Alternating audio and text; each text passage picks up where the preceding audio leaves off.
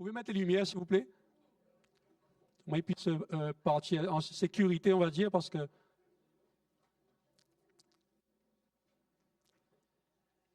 on est béni d'avoir des enfants hein, à l'église. Hein?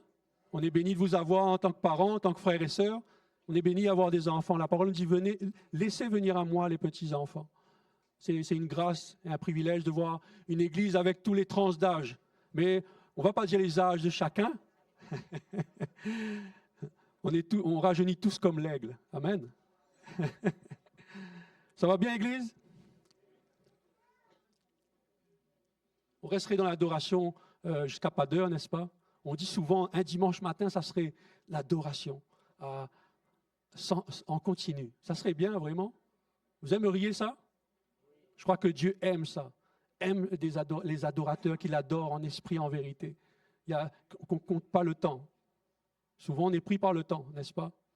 Je pense que chacun de nous a sa routine, son train-train quotidien, mais on est pris par le temps. Mais je crois que dans ces moments-là, le temps s'arrête. Dans sa présence, un jour, dans ses parvis, il nous dit « vaut mieux que 1000 ailleurs ».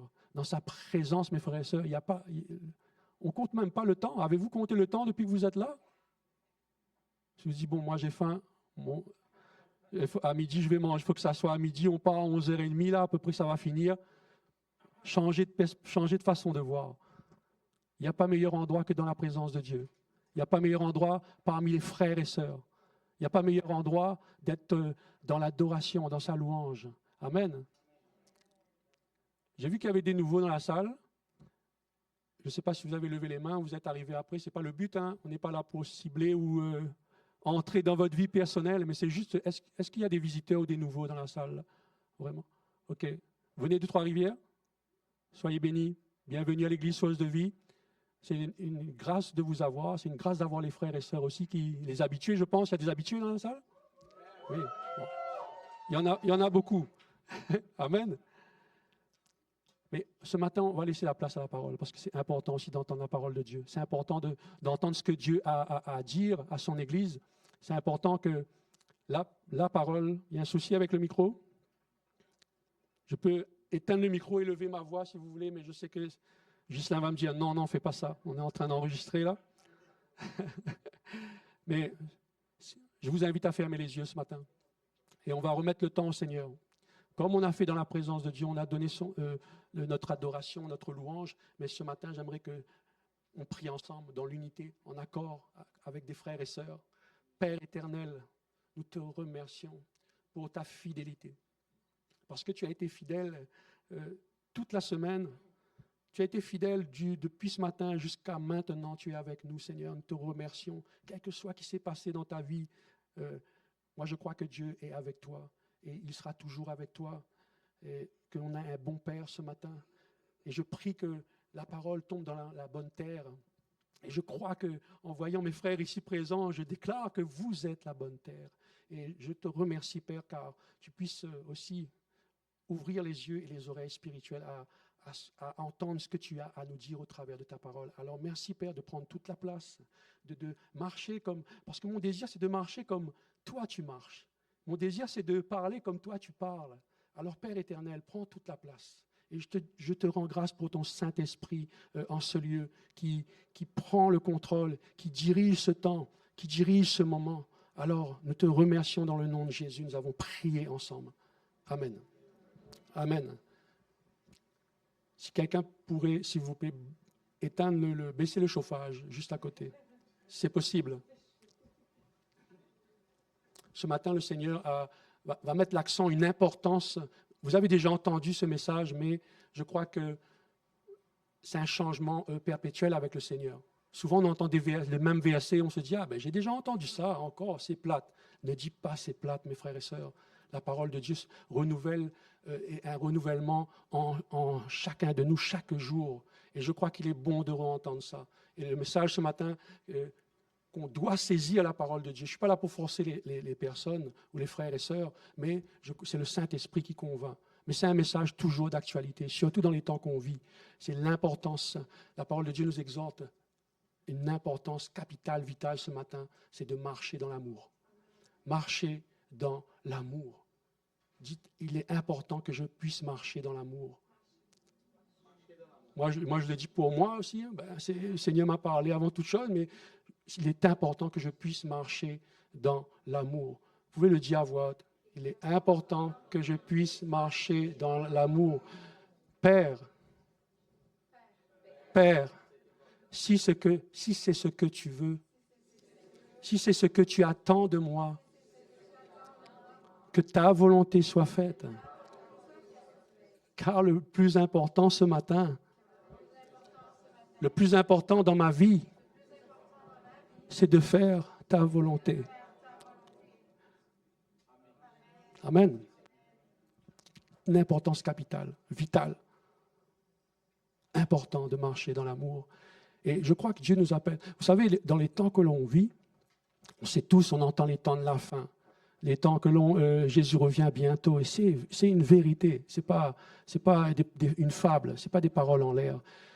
Mais il y a une chose, Jésus a dit à ses disciples, qu'il va y avoir un temps, avant sa venue, il va y avoir un temps, et vous le voyez déjà, on le sait déjà, la Bible en témoigne. Il va y avoir un temps que le mal sera en progression.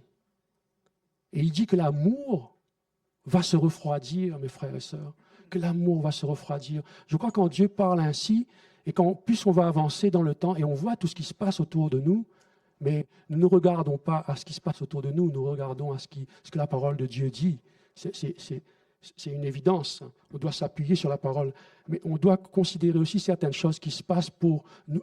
Le Seigneur nous prévient, nous dit, hé, regarde. Il met un doigt sur quelque chose, dit, regarde, il va se passer des choses là. N'agis pas comme eux. Ne sois pas absorbé par les choses du monde. N'agis pas comme eux. Rentre pas dans ce mouvement-là. Non, rentre pas dans le mouvement du monde. Rentre dans le mouvement du Saint-Esprit. Rentre dans le mouvement de Dieu. Cherche premièrement le royaume. Pourquoi? Parce que l'amour va se refroidir et Dieu nous aime tellement. Il nous aime tellement qu'il ne veut pas que son Église, que l'Église avec un grand E, passe à côté de ça. Parce que nous avons un grand rôle à jouer. Je dis, ce n'est même pas un jeu, mais nous avons une responsabilité de marcher dans l'amour, de manifester l'amour de Dieu. Et je crois qu'on doit manifester l'amour de Dieu en dehors de l'Église, sûr et certain. Sûr. Je ne sais pas si vous êtes sûr. Moi, je dis sûr et certain, on doit manifester l'amour de Christ. Sûr et certain. C'est vital pour nos vies. C'est vraiment vital. Mais il y a une chose qui est très importante aussi. On doit manifester l'amour en dehors, mais avant de manifester l'amour en dehors, nous devons manifester l'amour aussi dans notre maison, dans notre église, dans notre maison chez nous. Moi, je regarde mon épouse, dans notre demeure, moi, mon épouse avec mes enfants, les gens qu'on connaît, mais aussi dans notre église. Il est très important. Et il nous dit l'importance de marcher dans l'amour. On marche dans l'amour dehors. Bon, attention, ce n'est pas n'importe quel amour. Mais dans l'Église, nous aspirons à marcher dans l'amour en dehors, mais ici à l'Église, ou l'Église avec un grand E, on n'est pas là pour montrer du doigt, mais le Seigneur nous appelle à marcher comme ça. Je pense que si Dieu fait rappeler ça, c'est qu'il y a une importance à ce que les cœurs, qu'on se réveille en fait, pour pas qu'on se refroidisse. Parce que si on se refroidit, c'est une mort aussi pour nous, hein, une mort spirituelle. Hein. Donc il est vital de prendre en considération cette parole. Je ne vais pas lire encore de versets, mais c'est l'importance de marcher dans l'amour. Et le verset clé qui m'a frappé, c'est que, on a tous entendu ce verset-là, c'est Galates 5. Galates 5, verset 14, qui nous dit, la loi est accomplie dans une seule parole. Vous avez déjà entendu ça? Mais vous savez, quand le Seigneur revient avec des versets, chacun sa relation, mais quand Dieu vient vous toucher avec une parole, c'est dit là, il a montré le doigt sur quelque chose, là, il a ciblé quelque chose. Là, il faut qu'on fasse quelque chose sur ce qu'il nous montre, sur sa parole, sur ce qu'il a à dire. Et quand il nous dit la loi est accomplie dans une seule parole, dans celle-ci. J'aimerais que l'Église le lise à voix haute.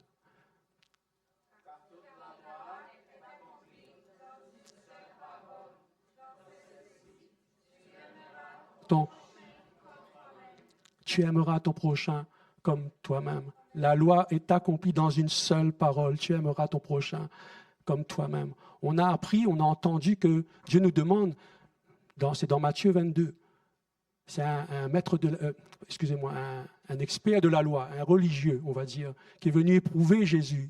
Il dit, Maître, quel est le plus grand des commandements? Quel est le plus grand des commandements? Jésus lui répondit, tu aimeras le Seigneur, ton Dieu, de tout ton cœur. Je préfère le lire, je le connais par cœur parce que ça se pourrait, des fois on le dit par cœur, mais on oublie un petit mot. Tu aimeras ton Dieu comme tu aimeras, mais il dit de tout ton cœur, de toute ton âme et de toute ta pensée. Et il dit par la suite, c'est là le premier et le plus grand des commandements. Le plus grand commandement. Et voici le second qui lui est semblable, c'est la même chose. C'est pour ça l'importance de le lire. C'est la même chose. Ça résume, si tu aimes Dieu, tu aimes ton prochain. Si tu aimes ton prochain, je crois que tu aimes Dieu aussi. C'est la même chose. Et la parole de Dieu déclare que Dieu est amour. Dieu est amour. Le Père est amour. N'allez pas chercher ce qu'on entend dehors, qui est ton Dieu, Dieu c'est qui, c'est quoi, comment il est, quel est son caractère. Dieu est amour. Et dans son immense amour, c'est Jean 3,5 nous dit qu'il a donné son Fils. Il a donné son Fils Jésus, afin que quiconque croit en lui ne périsse point, mais qu'il ait la vie éternelle. Mais qu'il ait la vie éternelle. Il a donné son Fils. Il est donné de soi-même. Souvent on le dit à l'Église, mais on va le redire parce que c'est une vérité. La parole est la vérité. Il a donné de soi-même. Jésus a donné sa vie à la croix. C'est un acte d'amour, un acte de compassion. Pas pour lui, pas pour glorifier lui, pour toi et moi, pour l'humanité. Pour l'humanité. Et je crois que Christ est le meilleur exemple pour ce qui en est de l'amour. Vous êtes d'accord avec moi? Oui. 1 Jean 4 nous dit, au verset 20, vous savez, l'amour est un point important, on l'a dit tout à l'heure, vital, mais c'est un point central. C'est un point central dans sa maison. C'est un point vital, central chez nous, à l'Église. Il est important de comprendre ça ce matin, même si on l'a déjà entendu, mais il est de prendre en considération encore et encore, et encore et encore. Parce que la parole nous dit dans 1 Jean 4, verset 20, si quelqu'un dit « j'aime Dieu » et qu'il haïsse son frère, mes amis, la parole est dure d'entendre ça, mais c'est la parole de Dieu. Et il faut que ça passe. Il faut que la parole se diffuse. Je ne veux pas dire d'autres mots. Diffuser, c'est bon, c'est comme de l'huile essentielle. Là. Diffuser, c'est doux à entendre et puis ça emmène un beau parfum. Ben, Seigneur, que ta parole se diffuse dans les cœurs ce matin pour que nous, moi aussi je m'inclus dedans, que nous amenions ton parfum ce matin à l'Église et aussi avec les personnes en dehors. Mais vital, on parle aussi des frères et sœurs ce matin, les personnes que Dieu nous a confiées, de prendre soin d'eux. Mais il y a ma responsabilité, mon épouse aussi, mais c'est la responsabilité de chacun de nous, être un soutien. J'aimerais vous poser la question, pose la question à ton voisin. Ça serait facile de poser la question à mon épouse, veux-tu être mon soutien? Moi, je veux être ton soutien, mais c'est facile de le dire, c'est mon épouse. Mais dis à ton voisin, une personne que tu ne connais pas, j'aimerais être ton soutien. J'aimerais être ton soutien. On n'est pas là pour abuser sur les uns et les autres. Attention, Dieu nous regarde. On fait des choses sans rien attendre en retour. L'amour, c'est ça. On ne fait pas ça pour avoir du profit. On ne fait pas ça pour gagner quelque chose. L'amour sincère, c'est « je suis là pour toi, je suis là pour t'épauler, je suis là ». Ça peut être une question aussi de finances. Beaucoup n'aiment pas parler d'argent dans l'église. Ils disent « Ah, voilà, on parle d'argent dans l'église, là ». Beaucoup peut aider avec des finances aussi, comme beaucoup peut aider avec une voiture, emmener quelqu'un, faire des courses, un transport. Ou un bricolage, je ne sais pas. Il y a plein de façons d'aider un frère ou une sœur. Il y a plein de façons de soutenir un frère ou une sœur dans différentes façons, avec les dons, les talents que Dieu nous donne, je ne sais pas. Mais il y a aussi nous, on a eu le privilège, une grâce que Dieu nous a aidés pendant plusieurs mois, qu'on ne pouvait pas payer financièrement notre loyer. Mais Seigneur, pourquoi tu permets ça? Il a permis ça. Il a permis ça pour, je pense, utiliser des personnes qui puissent manifester l'amour de Dieu. Plus tard, on comprend ça. Mais sur le moment, on ne comprend pas ça. Seigneur, pourquoi tu permets? Tu as dit qu'on est béni plus que béni, surabondance. Mais il permet, il a permis. Il a permis pourquoi? Pour que sa gloire, pour que tu sois utilisé aussi. Pour que son amour se manifeste à travers toi. Et ça, si on comprend comment Dieu fonctionne, c'est une grâce et une gloire. Pourquoi? Parce que quand tu regardes la finalité, maintenant, nous sommes appelés à bénir. Nous sommes une source de bénédiction pour les uns et les autres maintenant. Et il faut réaliser ça. Vous avez déjà entendu ça sûrement, mais je crois que de plus en plus qu'on avance dans le temps, comme je vous dis, avec les temps difficiles, vous allez voir je ne sais pas, d'autres églises ou d'autres communautés ou la ville ou je ne sais pas. Mais remarquez, il y a de plus en plus de situations difficiles, il y a de plus en plus de misère, il y a de plus en plus de demandes, il y a de plus en plus, on voit on n'est pas là pour parler de politique, mais il y a le côté l'immigration, les permis, on entend plein de choses comme ça. Et Dieu permet tout ça. Dieu permet tout ça parce qu'il dit que là où le péché abonde, par exemple, le mal abonde, la grâce va surabonder. Mais la grâce va surabonder comment? Comment? Ah, Dieu va agir. Oui, Dieu agit. Oui, vraiment. Surnaturellement, puissamment, oui. Mais à travers les uns et les autres. À travers toi et à travers moi. À travers toi et à travers moi. Et je crois quand on parle de réveil, je crois que les personnes de dehors, qui ne connaissent pas le Seigneur encore, vont tellement vivre de l'oppression. Je ne dis pas que les frères et sœurs ne vivent pas ça, mais eux, ils vont vivre ça aussi. Mais nous, on a le Seigneur, grâce à Dieu, mais eux, ils n'ont pas le Seigneur. Et je crois qu'ils vont vivre tellement de pression, tellement de charges, tellement ils vont dire, ils vont chercher un chemin. Nous, on connaît le chemin. Ils vont chercher un chemin. Vous allez voir, le réveil, c'est ça aussi. Hein. Il y aura tellement le mal en action que les gens là, ils vont se tourner vers qui? Ils vont chercher où? Quelle maison? Beaucoup cherchent la spiritualité. Bon, je ne vais pas aller dans ces détails, ce n'était pas le but comme ça, mais c'est pour vous dire l'importance, le rôle qu'on a à jouer. Vital, vital. L'amour que Dieu nous a donné parce qu'on a reçu l'amour de Dieu, cet amour véritable en nous à un moment donné. Et je sais que l'amour, ce n'est pas tous les jours qu'on a l'amour de Dieu et ça se travaille. C'est une attitude qu'on doit avoir, un comportement qu'on doit avoir chaque jour et ça dépend de notre relation avec lui aussi. C'est ça qui est important. C'est vrai qu'on prie à l'église, Source de Vie, on prie comme dans les autres églises, on prie le tefila le matin, la prière à 19h. Quand il y a des sujets ou des urgences, il y a un groupe comme un groupe d'intervention, là, tel frère, telle sœur vivent telle chose, on va prier pour ça. Et il faut. C'est important, c'est vital et capital aussi. C'est un point central aussi. Mais à un moment donné, quand on voit des frères ou un frère ou une sœur, je parle dans l'église par exemple, qui est dans un besoin, on prie. Jésus t'aime. On prie, Jésus t'aime. On prie, Jésus t'aime. Et c'est vrai.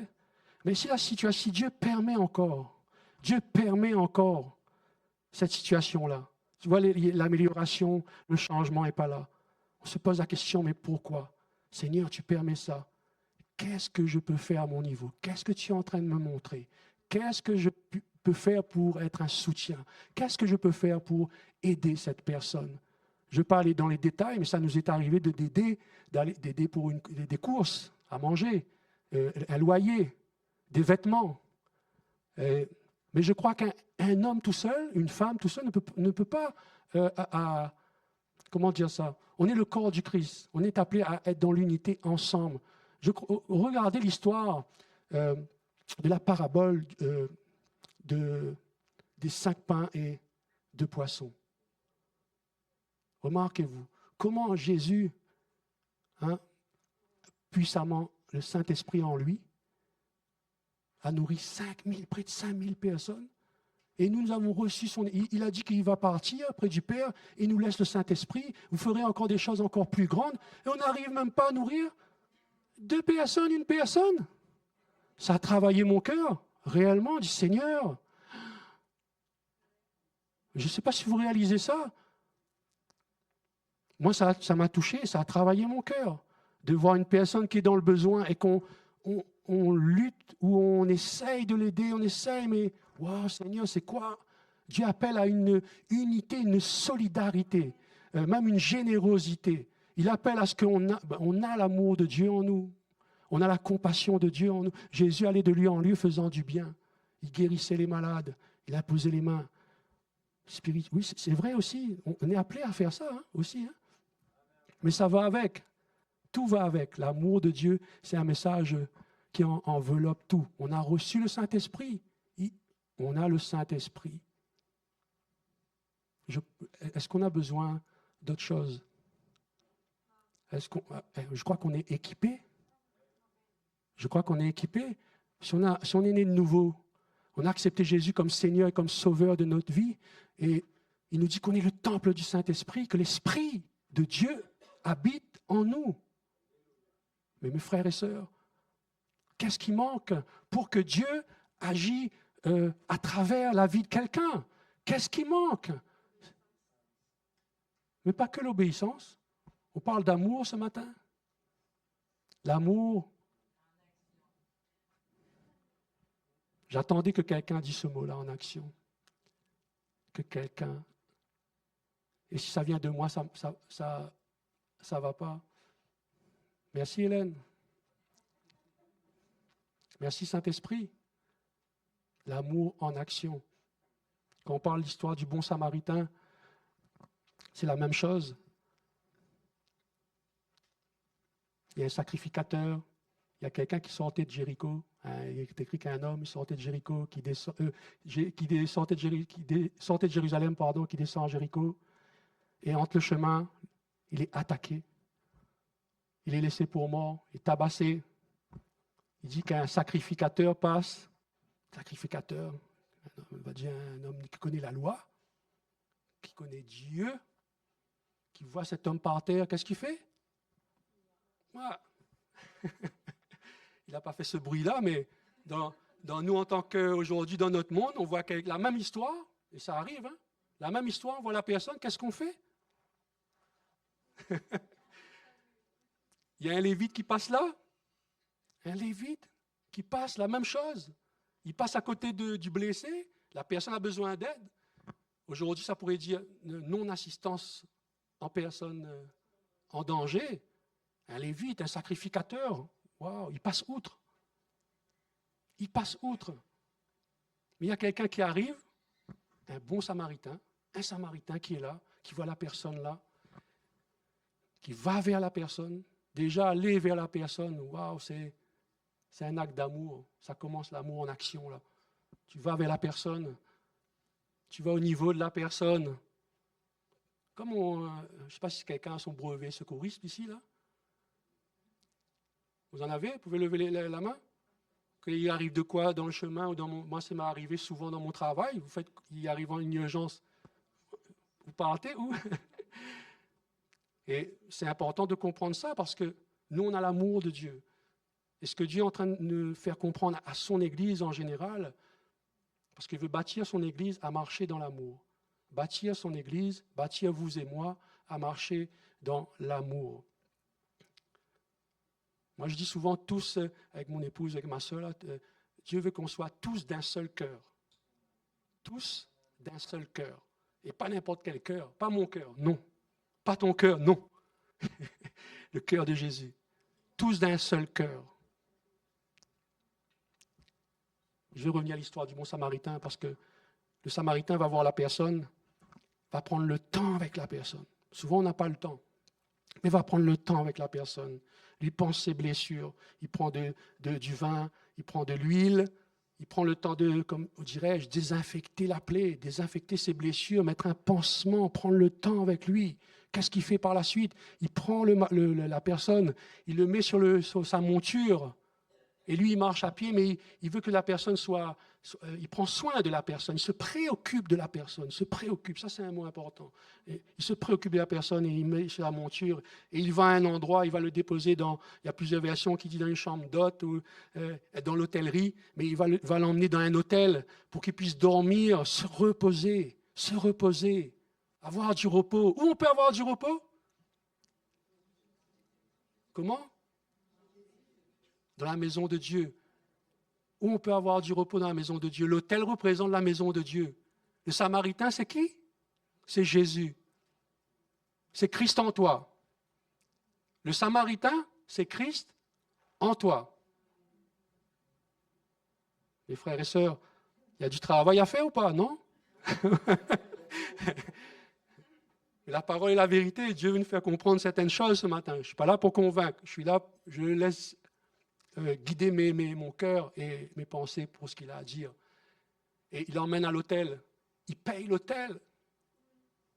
Si quelqu'un dit, il parle encore de l'argent, là. Non, on arrête. L'église, c'est ça. On vient, il parle la parole et l'argent, multiplication, donne, tu seras béni, toutes ces choses-là.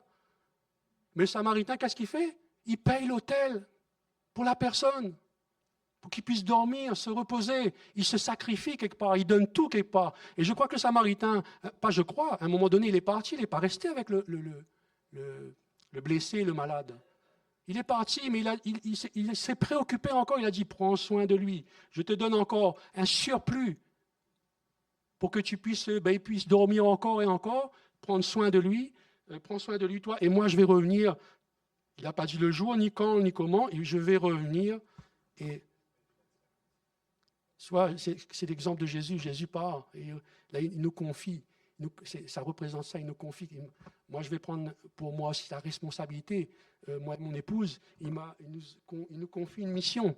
Donc, avant son retour, parce qu'il va revenir. Et quand il va revenir, qu'est-ce que tu as fait avec ces personnes comme ça?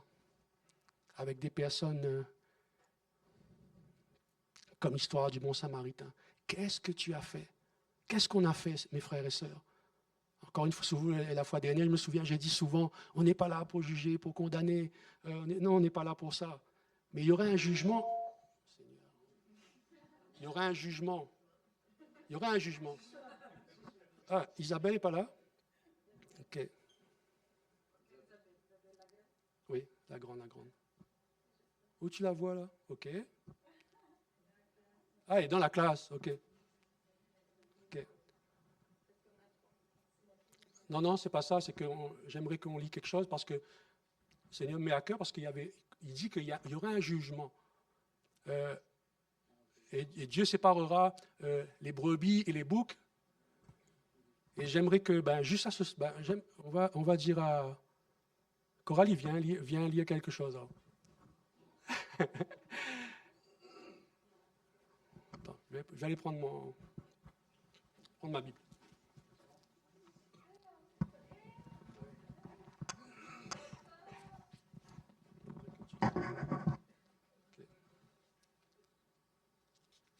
Et ça arrive les imprévus, mais c'est des bons imprévus à l'église, chose de vie, hein? Vraiment.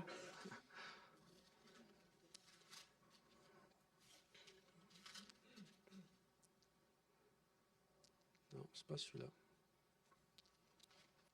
Il y a un bon silence, mes frères et sœurs. Tu peux dire à ton frère que Jésus t'aime. Jésus t'aime. Et il veut prendre soin de toi.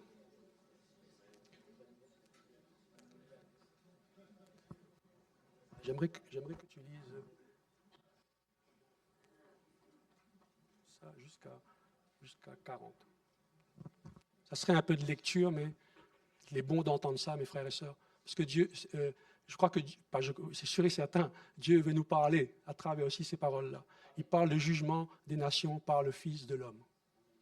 Je te laisse le micro, si tu peux le dire. Tu peux l'encourager aussi.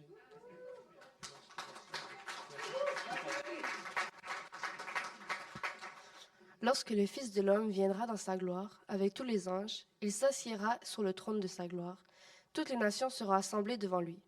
Il séparera les uns d'avec les autres, comme le berger sépare les brebis avec le bouc. Et il mettra les brebis à sa droite et les boucs à sa gauche. Alors le roi dira à ceux qui seront à sa droite, « Venez, vous qui êtes bénis de mon Père. Prenez possession du royaume qui vous a été préparé de la fondation du monde. » Des fondations. Prenez possession du royaume. Excusez. Prenez possession du royaume. Vous avez entendu cette phrase-là? Il y aurait un jugement, les boucs, les brebis et les boucs. Et prenez possession du royaume. Là, il parle à nous, là. Il parle à l'Église, il parle à nous. Je voulais juste vous dire ça. La suite aussi est très intéressante. Car j'ai eu faim, et vous m'avez donné à manger. J'ai eu soif et vous m'avez donné à boire. J'étais étranger et vous m'avez recueilli. J'étais nu et vous m'avez vêtu. J'étais malade et vous m'avez visité. J'étais en prison et vous êtes venu vers moi. Les justes lui répondront, Seigneur, quand avons-nous vu avoir faim et avons-nous donné à manger, ou avoir soif, et t'avons-nous donné à boire? Quand avons-nous vu étranger et t'avons-nous recueilli, ou nu et nous t'avons vêtu? Quand avons-nous vu malade ou en prison et sommes-nous allés vers toi? Le 40 aussi. Et le roi leur répondra, je vous le dis en vérité, toutes les fois que vous avez fait ces choses à l'un de ces plus petits de mes frères, c'est à moi que vous avez fait à l'un de ces plus petits de mes frères, c'est à moi que vous les avez faites. Merci. Amen. Amen. Merci.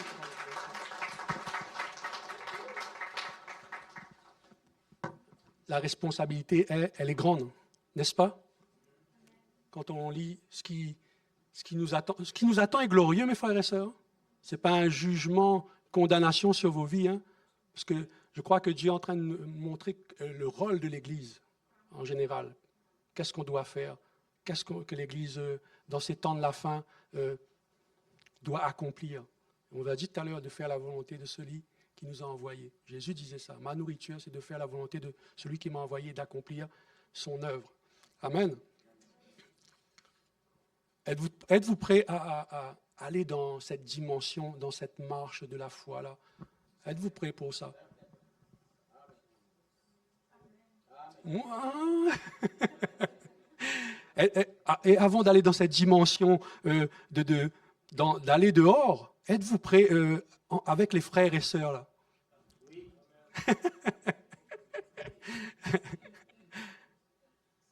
Bon, allez, je m'en vais. Vous êtes prêts ou pas, non? Oui. Parce que je vais vous dire quelque chose, il faut être prêt. Parce que quand on va aller dehors, oui, mais quand les personnes vont, il y a des personnes qui vont venir aussi, hein, sans aller dehors. Êtes-vous prêts à les recevoir? Comment allez-vous les recevoir?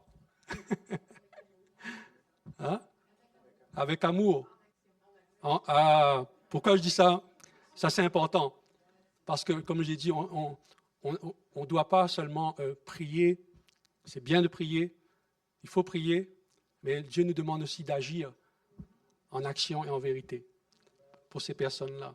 Amen. Parce que dans la parole de Dieu, il y a un passage qui dit, et c'est une règle d'or qu'on doit suivre. Je pense qu'on va faire des chandails, écrit ça sur le t-shirt, comme on dit là, je dis chandail pour certains.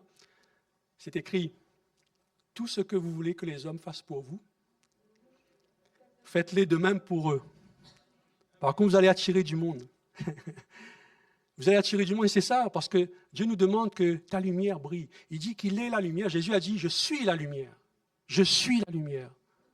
Mais il a dit par la suite, maintenant qu'il est auprès du Père, vous ne connaissez pas cette parole? Je pense que si. Vous êtes la lumière. Il y a du travail à faire. Mais on réalise, c'est ça qui est bien. Mon frère Fred nous dit, c'est certain, il y a du travail à faire. Mais quand on les réalise, c'est bon. On sait ce que Dieu nous demande de faire. Donc il y a du travail à faire, oui, mais on sait sa volonté. On sait qu'est-ce qu'on doit faire. Et ça, c'est important. Donc, bientôt, ces chandails vont sortir. Tout ce que vous voulez que les hommes fassent pour vous, faites-le de même pour eux. On a donné l'exemple du bon samaritain, mes frères et sœurs, et c'est très important pour vous pouvez le lire chez vous, dans les détails, de comprendre bien, parce qu'il y a plusieurs choses dans le bon samaritain, mais je crois que les messages essentiels, c'est moi ce que Dieu m'a touché, c'est vraiment une priorité, se préoccuper des autres. Parce que vous avez entendu ce matin, il y a la seule parole qu'on doit suivre, les commandements qu'on doit suivre, c'est « tu aimeras ton prochain comme toi-même ». Parce que j'ai dit, si tu aimes ton prochain comme toi-même, c'est que tu aimes Dieu comme toi-même. Ça, c'est important. Et oui, il y a du travail à faire. Ce message est un appel à l'action. Dis à ton voisin, ce message est un appel À l'action. À l'action. Mais à action, à quoi? À manifester Christ. On peut le dire à voix haute, là, avec conviction, là. Ce message est un appel à manifester l'amour. Le Seigneur m'a mis à cœur que nous sommes appelés à agir avec compassion envers ceux qui souffrent. Et c'est ce que le bon Samaritain, cette parabole nous enseigne réellement. Il y a un exemple aussi puissant d'amour, si on peut dire comme ça, c'est un acte d'amour réellement, parce que Christ était en lui, parce que la personne n'est plus là. Christ est parti dans les bras du Père. On prend l'histoire de l'apôtre Pierre. Il avait le Saint-Esprit en lui. Il y a un acte d'amour de voir quelqu'un du dehors, mais quelqu'un qu'on a emmené depuis sa naissance, un boiteux de naissance, devant le temple, devant la porte là. C'est comme si tous les jours, on emmènerait un boiteux devant la porte, des frères et sœurs, ou quelconque, qui emmènerait un boiteux de naissance devant la porte, et lui, il est là pour faire l'aumône. Et tous les dimanches, on vient, on rentre, on sort, on vient, on rentre, on sort. Et lui, il est là, boiteux depuis sa naissance. Mais il y a une chose qui a fait que ça a changé sa vie, c'est que quelqu'un, comme l'apôtre Pierre, quelqu'un comme vous et moi, avec le Saint-Esprit, qu'est-ce qu'il a fait? Il est allé vers cette personne, des boiteux de naissance. Vous vous rendez compte? Il est allé vers cette personne, il a dit, regarde-moi dans les yeux, regarde-moi. Regarde-moi. Regarde pas ni à droite ni à gauche. Regarde. C'est comme si Jésus était en train de lui parler à l'intérieur. Il a vu Jésus, lui. Je n'ai ni argent ni or, mais tout ce que j'ai, je te le donne. Tout ce que j'ai, je te le donne. Lève-toi. Lève-toi. Et marche. Il est allé dans le temple. La joie du Seigneur était en lui. Il a témoigné comment Dieu avait agi à travers sa vie, là. C'était un témoin puissant. Bon, c'est sûr que les pharisiens, les religieux n'ont pas vu ça comme ça, mais il était témoin puissant de l'amour de Dieu, de la compassion de Dieu, de la grâce de Dieu.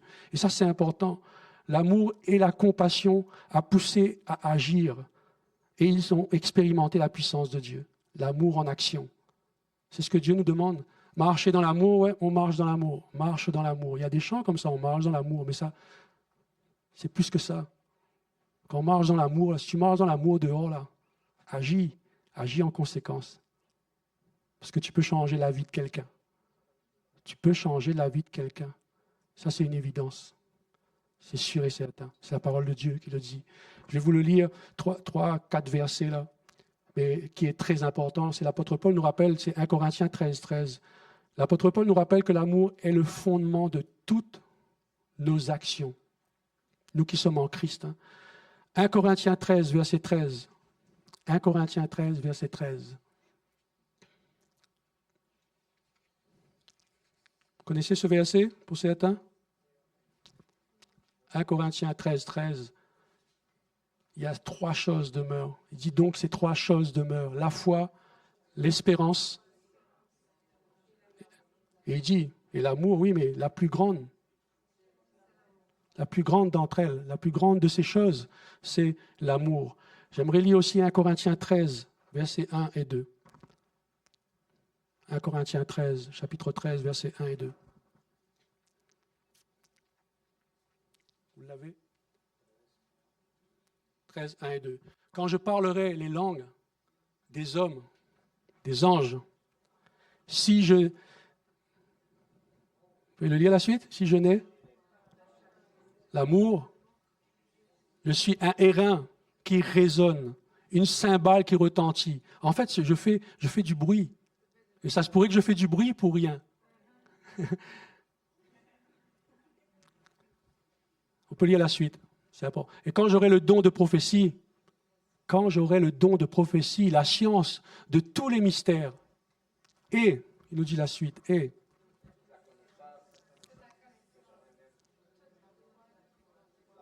toute la foi à transporter les montagnes. Vous me suivez là? Si j'aurais toute la foi à transporter des montagnes, combien ont vécu des moments de foi dans sa vie, là, à déplacer des montagnes, des défis. On a gagné vainqueur. Oui, Seigneur, merci, tu étais là dans ma vie. On a vécu des moments de foi. Et on dit souvent notre témoignage, on a tout quitté l'île de la Réunion, venir ici. La peur, la crainte, plein de choses, mais le Seigneur était là. On est victorieux. Regarde bien qu'est-ce qu'il dit sur la foi. La foi qui déplace des montagnes. Si on n'a pas l'amour, il faut qu'on ait la foi. Hein? On a tout le bagage aussi, mais il y a une chose qui est importante. C'est l'amour de Dieu, mes frères et sœurs. Si je n'ai pas l'amour, je ne suis rien. Si je n'ai pas l'amour, je ne suis rien. Mes frères et sœurs, oui, Dieu est en train de... Je crois et je prie que... Je crois que l'équipe d'intercession prie aussi pour ça. Que l'Église en général, ou l'Église avec un grand E, se réveille à marcher dans l'amour de Christ. Si on veut voir la grâce de Dieu, la puissance de Dieu agir, je crois qu'il est important qu'on aspire à ça. Oui, il y a du travail à faire, mais ce n'est pas le plus important. Le plus important, c'est de persévérer dans ce que Dieu nous demande de faire. Ça, c'est le plus important. Mes amis, j'aimerais raconter peut-être 2 petits témoignages. Je me souviens quand je suis arrivé ici, ça me vient en tête avec l'amour des frères et sœurs. Je suis arrivé ici avec mon épouse et mes 3 enfants. J'avais la poussette pour Lia, une poussette rouge, je me souviens là. On est arrivé là et puis on est arrivé à l'église. Je me suis assis comme vous là. Et on entendait le pasteur parler de l'amour, il parlait de plein de choses, la foi, toutes ces choses-là. Et à un moment donné, je donnais mon cœur pour venir servir à la sécurité. Mais à un moment donné, dans le service, je suis à la sécurité. Derrière, je ne sais plus comment ça s'est passé exactement, mais j'ai l'impression, je pense qu'ils ont appelé mon épouse là. Et je crois qu'à ce moment-là, le pasteur disait, moi je n'ai pas entendu, qu'il disait qu'il va donner une voiture. Je me suis dit, mais je n'ai pas entendu ça. Mais il nous a donné la clé de sa voiture. Et quand mon épouse est venue avec la clé, je dis, pourquoi il me donne une clé? Qu'est-ce que je fais avec cette clé-là? Moi, je suis à la sécu, mais je n'ai rien entendu. Je suis à la sécu, je dis, pourquoi il nous donne une clé? Je dis, bon, ça c'est prophétique. C'est prophétique, ça va ouvrir des portes. Et j'ai cru, j'ai mis dans... Mais quelques minutes plus tard, elle me regarde, c'est Pasteur Suzy, c'est les fondateurs de l'Église, pour les personnes qui ne les connaissent pas. Pasteur Suzy et Pasteur Brian Berg, c'est les fondateurs de l'Église. Et c'est ça. Elle me regarde dans les yeux, elle me dit, non, je te donne ma voiture. Et là, c'est comme si elle parlait avec quelqu'un qui était pas là. Elle me donne ma voiture. Ta voiture? Pourquoi elle me donne sa voiture? Quelle est ta voiture?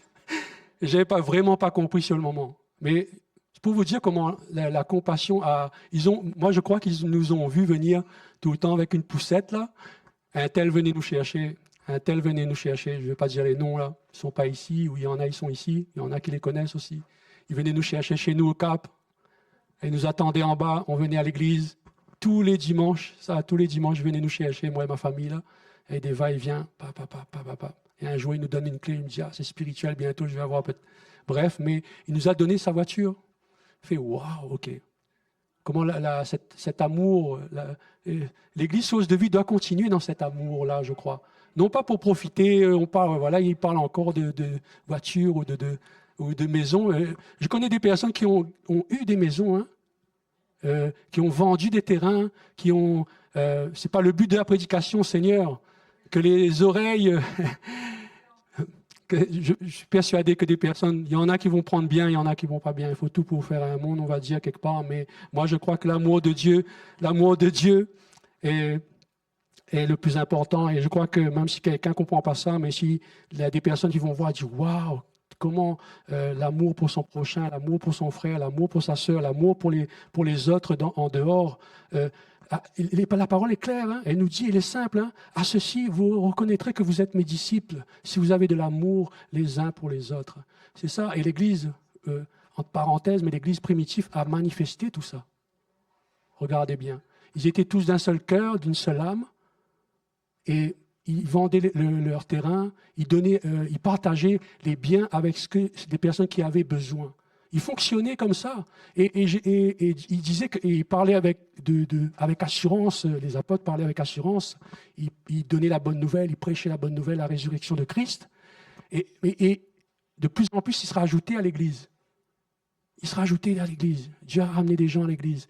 Et je crois que l'amour du Père va pousser nous qui sommes ici à aller vers, mais ça va emmener beaucoup de personnes aussi à l'Église parce que là, ils vont voir cet amour, un amour que le monde ne peut pas percevoir, que ne peut pas voir. Mais nous, oui, on connaît cette vérité-là. Et je sais que pour certains, ce n'est pas facile, il y a du travail à faire, on le dit souvent, je répète là maintenant cette phrase-là. Mais je sais que pour certains, de parler de Jésus, ce n'est pas évident, ce n'est pas facile, c'est un inconfort. Mais sache que le Saint-Esprit en toi, à un moment donné, il trouve le timing, trouve la façon de dire les mots. Il va te donner les mots pour justement toucher cette personne-là. Fais-lui confiance. Pourquoi je vous dis ça? Parce que là où je travaillais, dans une résidence de personnes âgées, mais moi, ça m'a aidé parce que je travaillais là. Mais je n'avais jamais fait ce travail-là. Pendant toute une année, tous les mardis, j'allais chez un résident pour nettoyer son appartement. Et à chaque fois, je rentrais dans cet appartement-là, la personne était en colère. Il n'aimait pas un tel, il n'aimait pas un tel, il n'aimait pas un tel. Et moi, mon cœur, je ne voulais pas être je suis comme une éponge. On est comme des enfants, n'est-ce pas, comme une éponge là. Quand on en reçoit de l'amour, ah merci Seigneur, mais quand on reçoit la colère ou plein de choses qui n'est pas de Dieu, là, ça décourage. Et là, je me dis tous les mardis, et mon chef, ma responsable, savait qu'il était difficile. Et elle savait, dis-toi, va là-bas. Oui, parce que les personnes qui nettoyaient habituellement dans son appartement se plaignaient tout le temps, et lui aussi se plaignait tout le temps. Et moi, je venais d'arriver là, sans savoir, mais il fallait être dans cet appartement-là. Ben, moi, j'ai fait mon travail, mais c'est vrai que j'ai fait mon travail, mais c'est comme si je n'avais pas le choix, il fallait que je rentre dans son appartement, dans son intimité. Et à chaque fois, je fermais la porte. J'allais nettoyer chez lui. Hein. C'est pas pour que je peux vous dire que j'allais passer comment dire ça, nettoyer toutes les salles de bain, son salon, ces choses-là. Mais quand je faisais mon travail là, il était la colère, un tel directeur, la directrice, pardon. Non, les plaintes. Ah, je vais parler avec un tel, je vais porter plainte. Plein de choses comme ça. Et dans le travail, tu sais, des fois, souvent tu es fatigué, travail comme ça, et tu entends ça. Mais à un moment donné, moi, on est des agents de paix. On est des ambassadeurs de Christ. On doit donner un bon témoignage, malgré tout. Et je venais dans son appartement, et à un moment donné, il y a eu une porte ouverte. Un jour, il me dit, quand il était jeune, il allait souvent à l'église. Mais il était catholique, mais ce n'est pas l'importance là. Mais il me disait, maintenant, il ne peut plus y aller, mais il regarde à la télé. Et une fois, il dit, moi je lui ai dit, c'est correct, c'est bien. Je suis parti, je suis revenu. Une fois, la télé ne fonctionnait pas. Et il me commence à parler, la télé ne fonctionne pas, j'avais envie d'écouter la messe, la parole de Dieu et tout. Et il était énervé. Et comme on est des agents de paix, je me suis dit, je suis dans mon travail, mais je vais mettre mon balai et mon travail entre parenthèses. Et je me suis assis à côté de lui. Et là, on a parlé ensemble. Il m'a parlé de son enfance. Il m'a parlé de son père. Ça a pris, habituellement, on est chronométré pour nettoyer, pour faire le travail. C'est 30 minutes ou ces choses-là. Ça a duré plus longtemps que ça. Ça m'a mis en retard de mon travail. Ça m'a coûté par rapport à mon travail aussi. Mais j'ai pris le temps d'écouter cette personne. Ça, déjà, je ne sais pas le mettre l'emphase sur moi, mais on est tous comme ça. Si on arrive à prendre le temps d'écouter déjà la personne qui ne connaît pas le Seigneur, ou même qui connaît le Seigneur, ou un frère ou une sœur, c'est déjà comme agir comme le bon samaritain, mes frères et sœurs. Déjà, ça, c'est une première étape. Et la deuxième étape, quand il a commencé de parler de la messe, toutes ces choses-là, moi, je lui ai dit, est-ce que tu crois en Jésus? Il m'a dit oui. Il m'a dit, mais tu crois en Jésus mort à la croix et ressuscité? Et il m'a dit oui. Et ça a ouvert le terrain, ça a ouvert le cœur au partage, ça a ouvert le cœur à la vérité, ça a ouvert le cœur au dialogue. Même si autour, ce n'est pas le bon timing. Mais ce qui est important, pourquoi je vous dis ça, c'est parce que malgré c'est difficile, malgré ce n'est pas facile, Dieu a un timing avec il a un plan précis. Et quand il vous met en face d'une personne, et que ça revient sans cesse, et tu dis, ah moi, non, non, laisse pour les autres, ou c'est difficile, ou je ne sais pas les circonstances. Ce qui est important là-dedans, c'est de faire la volonté de Dieu malgré tout. Parce que je crois ça paye. Pourquoi ça paye? Il y a quelques mois de cela, cette personne est partie, elle est décédée, mais elle a donné sa vie à Jésus. Elle est décédée et elle a donné sa vie à Jésus. Ça m'a attristé, mais j'étais dans cette joie aussi. Je crois que on parle de dehors, mais dans votre travail, dans votre vie de tous les jours, je crois, on n'est pas là par hasard. Et même si tu vois un caractère difficile, là, le Seigneur a besoin de te toucher. Toi, toi le Seigneur, bon, on ne va pas faire ça. On va pas, toi, le Seigneur, on ne va pas aller comme ça, mais dans ton cas, tu dis, ah, j'ai trouvé, le Seigneur m'a mis avec quelqu'un, lui, il a besoin. Lui, il a besoin. Et comme le bon samaritain, même si c'est difficile, prendre soin de la personne, se préoccuper de la personne. Et je crois que le Seigneur nous appelle à ça. Et je ne veux pas m'éterniser, mais j'aimerais inviter l'équipe de louange à venir. Que Dieu nous donne cet amour renouvelle. Parce que je crois qu'il nous a déjà donné. Hein. On a le Saint-Esprit qui nous renouvelle cet amour. On dit souvent pour les âmes, l'amour pour notre prochain.